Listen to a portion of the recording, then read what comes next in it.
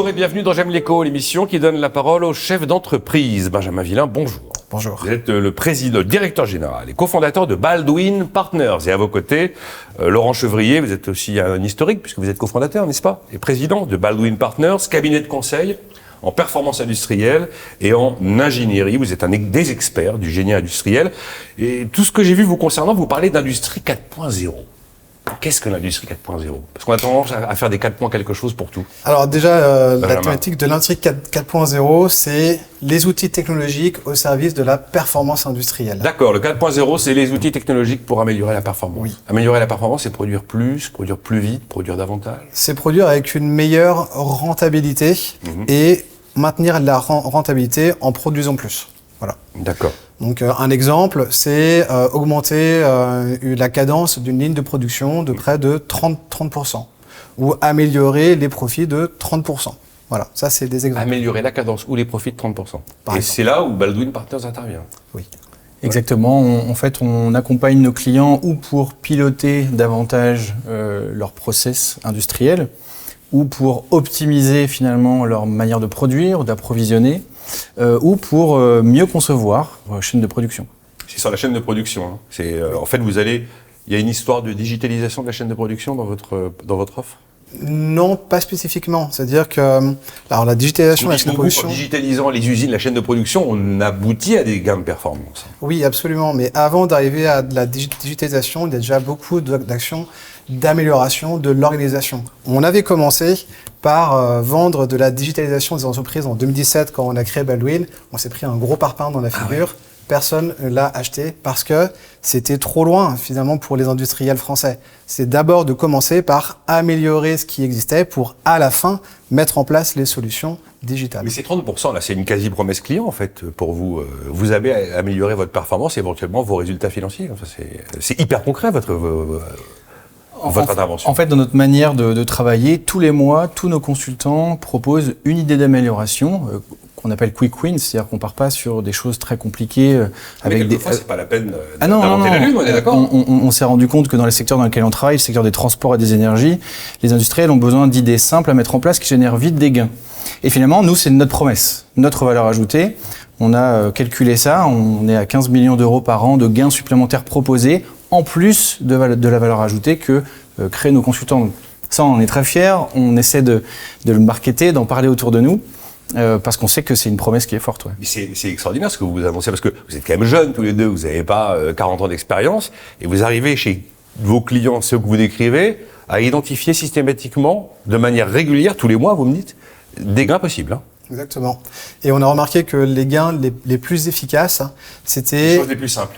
Exactement. Oui, exactement. C'est les petits cailloux dans la chaussure. Et quand on les règle, on les règle là où on intervient, plus l'ensemble des services de l'entreprise. Ouais. Et on engendre une dynamique très positive. Et vous me faites penser à quelqu'un qui est venu dans J'aime l'écho sur l'amélioration des consommations d'énergie. Il dit, vous imaginez pas le nombre d'usines où il y a un interrupteur à l'arrivée, une facture à l'arrivée, et en fait, personne ne sait ce qu'il y a au milieu. Et en fait, c'est souvent les choses les plus simples à ce moment-là qui sont réalisables. Exactement. Alors, vous êtes des fans de l'industrie. Ah oui. Et on n'arrête pas de dire qu'on va réindustrialiser.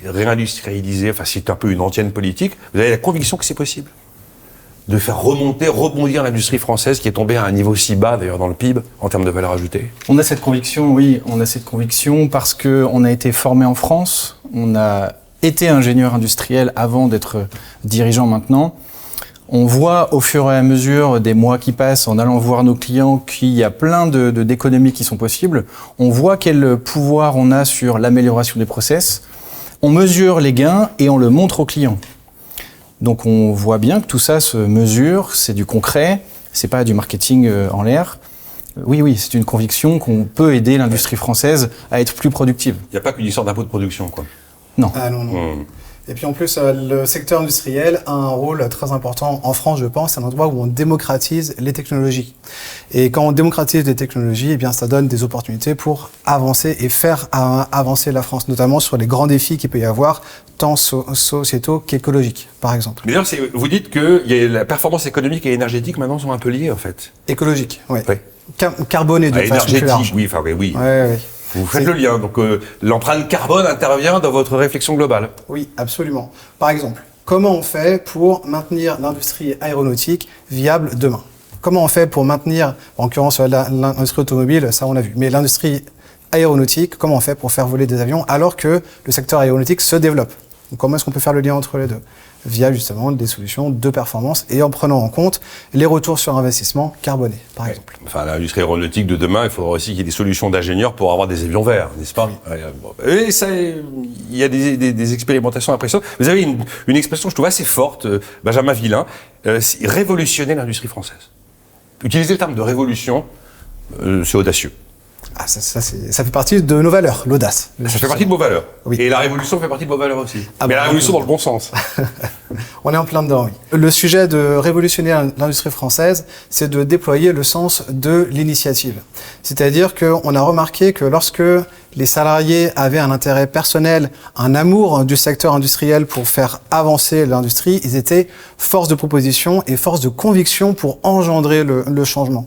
Et on est convaincu que lorsque les gens, pour faire simple, aiment leur métier et aiment prendre des risques, alors on va pouvoir faire avancer l'industrie. En France, on a d'excellents ingénieurs, d'excellentes idées, d'excellentes industries, et parfois il faut prendre le risque de changer les choses. Mais moi, je suis convaincu que l'industrie est essentielle à l'avenir économique du pays. C'est là où vous avez la valeur ajoutée, c'est là où vous avez les bons salaires. Enfin, 80% des échanges sont des produits, ne sont pas des services. Alors là, vous êtes devant un sacré enjeu parce que vous êtes un peu moins de 100 et vous voulez monter à 250 collaborateurs en 2025. Exactement. Wow. Exactement. Au moment où on nous dit que c'est des ingénieurs que vous cherchez. Exactement. La stratégie, c'est de déployer aujourd'hui notre groupe d'une taille de 100 à 250 personnes en développant plusieurs bureaux. Donc on a un bureau à Nantes, où est le siège social historique, un bureau à Bordeaux et un bureau à Tours. Le but étant effectivement d'avoir une approche où on accompagne nos clients en local. C'est très important parce que finalement, nous, on se retrouve dans les usines, sur le terrain, concrètement. Et c'est pour ça qu'on a besoin de développer notre offre avec nos clients sur les sites. Alors là, les gens vont vous dire oui, mais les jeunes, ils veulent de la vie perso, vie pro équilibrée, ils veulent donner du sens à leur travail. Ça n'empêche pas. Ça n'empêche pas. En fait, ça, on l'a compris parce qu'en fait, on se l'applique à nous-mêmes. Surtout que vous n'êtes pas vieux, donc bon. Merci. On approche quand même des 40 ans. Oui, bah moi, je vous bats. Et on a compris ce truc-là auquel les jeunes générations sont sensibles, et je les comprends tout à fait. Et c'est pour ça qu'on apporte finalement un accompagnement vis-à-vis des formations techniques, des formations managériales, comment gérer un conflit, comment anticiper une négociation, comment finalement préparer une conduite du changement, parce qu'en fait il y en a tout le temps, partout, que ce soit dans nos secteurs ou dans les vôtres. On a aussi des actions sociétales qu'on mène avec nos équipes, parce qu'on est convaincu que si vous faites des choses qui vous plaisent au fond de vous, probablement que ça aura un impact sur votre performance au quotidien dans votre vie professionnelle. Et on s'amuse à faire ce lien en permanence. En fait, la vie pro, la vie perso, c'est la vie. Exactement. C'est la vie unique.